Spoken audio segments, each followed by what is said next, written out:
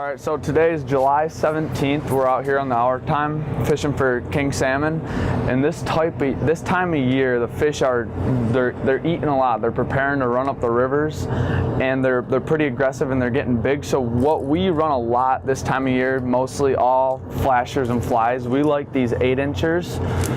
And I'm going to go into detail about this a little bit. Leader length behind it is critical. I like to go, as crazy as this sounds, the length of my arm. So about 24 inches, I'm guessing.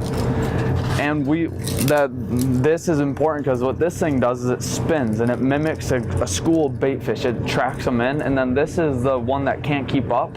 So you want this, when this spins, you don't want it to be dead flat. You want it to move a little bit. You want that flasher to whip it around. So we keep our leaders just long enough for that to happen. And this is actually a great rig with PK Special and a Genie fly. And we also run some meat rigs this time of year, maybe a little later, but it's not. I mean, it's always good to run a couple of them now. And right here, we run these a little longer. We run the teasers. I like to keep the teasers close so they're really whipping, and then this head behind them. And a little trick I do is with the meat heads. So you put your meat in there, and guys will sometimes stick a toothpick in the back. But what I like to do is put beads in between that and the hook, so you don't have a toothpick in the line. So that I think it helps the meat head spin a little bit better.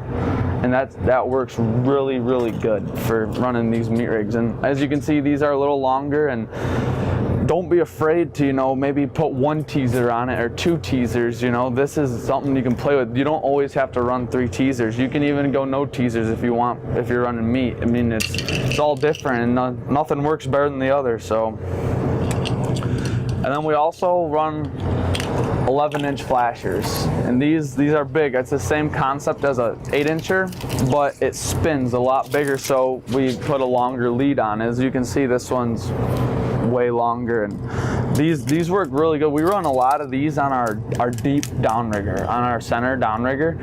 I don't know why, it's just kind of a thing we do on this boat. And then as the year goes on, we have a couple stingrays out because the bait's getting bigger.